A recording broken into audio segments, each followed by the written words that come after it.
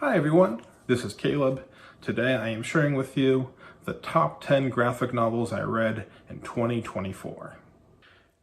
At number 10 we have X-Men Deadly Genesis, written by Ed Brubaker with art by Trevor Harrison. It's a 6-issue limited series from 2006. This book has a lot of ideas, some of which work better than others. It's meant to retcon Giant Size X-Men from 1975, which is a perfect book that doesn't need retconning, but I'm a sucker for that book, and I'm a sucker for X-Men comics. In that book, Professor X recruits a new team of mutants to save the original team that is trapped on the living island Krakoa. We are introduced to characters like Storm, Colossus, and Wolverine. Well, Deadly Genesis suggests that before that happened, Xavier recruited a different team of young mutants who all died in the rescue attempt, which is dark, but kind of interesting. One of the mutants named Vulcan survives, and he is revealed to be the half-brother of Cyclops and Havoc, which is where the story goes off the rails. It's very strange. Brubaker, however, is pretty good with quality control and delivers a pretty ambitious and interesting story that ties in with House of M and Giant Size X-Men, so it's pretty interesting. At number 9, we have Alias, Volume 1. Alias is written by Brian Michael Bendis with art by Michael Gaydos. It features the first 9 issues of a 28-issue run. It introduces Jessica Jones, who used to be a superhero called Jewel, and therefore she knows many of the Avengers, but now she works as a private investigator at Alias Investigations, where she mainly spends her time catching cheating spouses. When this book came out in 2001, it was a pretty fresh take. It was interesting seeing a street-level hero working a menial job, and it's appealed to mature audiences. It was interesting when she was interacting with characters like Steve Rogers and Luke Cage and Matt Murdock, more in their alter ego side, and not so interesting when she was interacting with Rick Jones. It's a pretty good book. The downside is that Bendis likes to write overly long dialogue sequences that don't push the plot forward at a particularly fast pace. And of course, this book was turned into a pretty good Netflix show starring Christian Ritter. So that is Alias, Volume 1. Jessica Jones, I saw you. A big part of the job is looking for the worst in people. Turns out I excel at that. You a PI? I'm just trying to make a living, you know, booze costs money. Usually. At number 8, we have Here, which is written and drawn by Richard Maguire and published in 1989. Here is a remarkable achievement. It's very unique and very innovative. It explores the passage of time in a single location. It was adapted into a film by Robert Zemeckis. Now, in the comic, we have one shot of a living room, one space and time, everything from the ancient times with the dinosaurs to the future, but it mainly covers the 20th century. Now, the movie focuses on 3 generations of the young family. The book has none of that. In fact, every panel in the book, the pages have panels within panels, so you're seeing multiple time periods happen at once. And it's this house that was built in front of the house that Benjamin Franklin lived in, so you have some of that New England American history in there.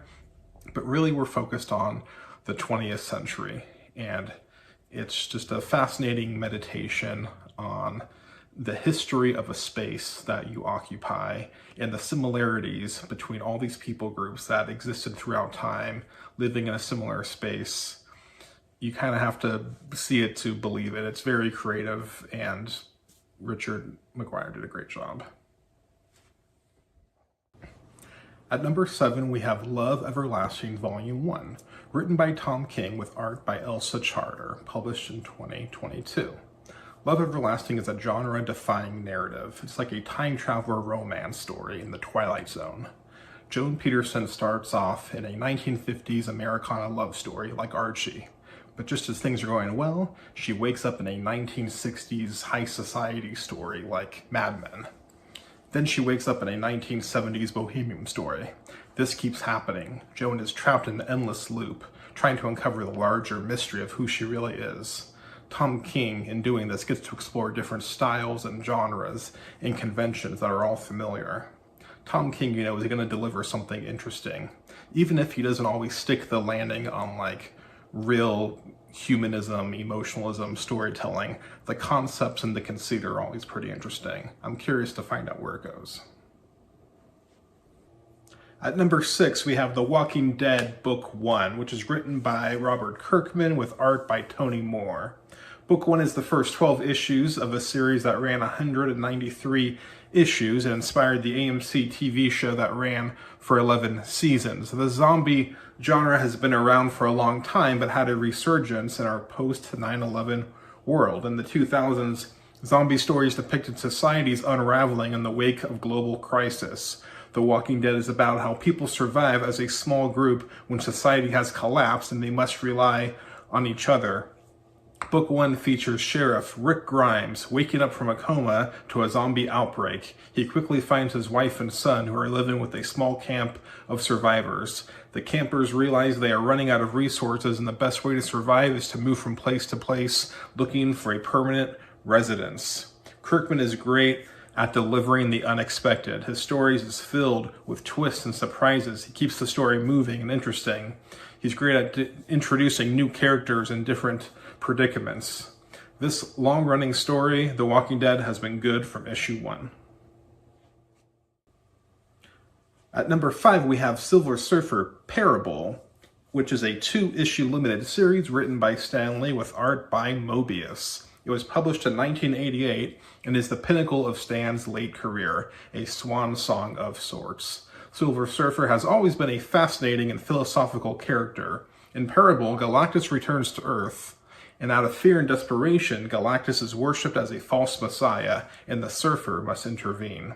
The final showdown is a battle of ideologies. As people turn to Galactus out of blind faith, it is the humble and reluctant Surfer who proves to be the deliverer that humanity needs. Stan Lee wrestles with religious and spiritual themes in his career best, and the art by French artist Mobius is superb. This graphic novel definitely makes my top 100. At number 4, we have Something is Killing the Children Book 1, which is written by James Tynion IV with art by Werther Del Ettera. It is a 15-issue series that tells a complete story. This is one of the great modern graphic novels. It's about a mysterious monster hunter named Erica Slaughter who works for the Order of St. George. Erica goes to the small town of Archer's Peak, where children are being destroyed by demonic entities that adults cannot see. It's like if the bride from Kill Bill went to Hawkins, Indiana from Stranger Things and hunted the Demogorgon. Tynion is great at building backstory and fleshing out this world and the characters. He makes it exciting, dramatic, and action-packed. Lone Wolf Erica has to team up with a local teen named Tommy to search for the missing children. She has a lot to navigate in the sacrificial quest.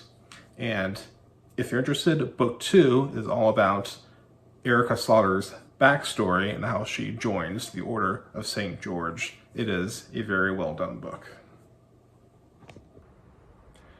At number 3, we have Teenage Mutant Ninja Turtles: The Last Ronin, written by Kevin Eastman, Peter Laird, and Tom Waltz, with art by Esau Escorza. It is a 5-issue miniseries published in 2020, which is 36 years after Eastman and Laird created the Turtles. I love the Ninja Turtles, and I was thrilled that Eastman and Laird came back for this amazing swan song. The Last Ronin is a gritty and dark dystopian tale, a dramatic departure from the book's lighter tones in the animated series we all know and love. It's Turtles by way of The Dark Knight Returns, an Elseworlds tale of sorts. It centers on Michelangelo and his revenge quest against Shredder's grandson, Oroku Hiroto. Mikey teams up with April O'Neil and her daughter, and through a series of flashbacks, we see what happens to the other Turtles. The series is bold, deep, and rich dramatically, and it easily makes the top 100. I don't want to give too much away, but definitely check it out. At number 2, we have The Sandman, Book 1, which is written by Neil Gaiman with art by Sam Keith and Mike Dringenberg. It collects the first 20 issues of the 75-issue run. After seeing the Netflix TV show, I wanted to read The Sandman from the beginning. Your waking world is shaped by dreams. dreams and nightmares that I create and which I must control. He's out there looking for me, isn't he? In the 1990s, Neil Gaiman ushered in a new era of comics. The Sandman deals with philosophy, mythology, spirituality, biblical theology, and Shakespeare. The Sandman, also known as Morpheus, is the personification of dreams and one of the seven endless. He is captured and held for 70 years by an occult order that is trying to capture his sibling, Death. Morpheus escapes in the modern day to seek justice and rebuild his kingdom, which has fallen into despair following his absence. He catches up with some of his siblings, particularly Death, in a series of deep conversations. Morpheus also hunts down the dreams and nightmares that escaped, like the Corinthian, Brute Glob, and Fiddler's Green. The first 3 volumes are great. They set the table and introduce the characters. Volume 4 takes it to the next level and is very profound. If you're going to read anything, read Volume 4, but the first 3 volumes will make Volume 4 even better. And at number 1, we have Astro City Metro Book 1, written by Kurt Busiek, art by Brett Anderson, and covers by Alex Ross. Book 1 is the first 12 issues of a 107-issue run. Astro City is the flip side of Watchmen. It takes the superhero formula and tropes we know and love and presents them in a fresh way. Like New York City in the Marvel Universe, Astro City is a large city teeming with superheroes, supervillains, and ordinary people. Each issue focuses on different characters that are reminiscent of Silver Age heroes, but they are original Busiek creations. We have Samaritan and Winged Victory, who debate about balancing personal life with calling. The Confessor is a vampire who seeks redemption. He is observed by his apprentice, Altar Boy. Jack in the Box is a clown-themed vigilante. The Hanged Man is a ghostly figure who protects Shadow Hill, like a mysterious prophet. Crackerjack is a thrill-seeking loser. The Blue Knight is a Punisher-like anti-hero. The Old Soldier appears in times of great crisis, and there's many, many more. We also have Marta, a little girl who just wants to play hopscotch. These characters allow Busiek to tell a variety of different stories. The art is fantastic. The book is amazing. It's wonderful. It's very impressive.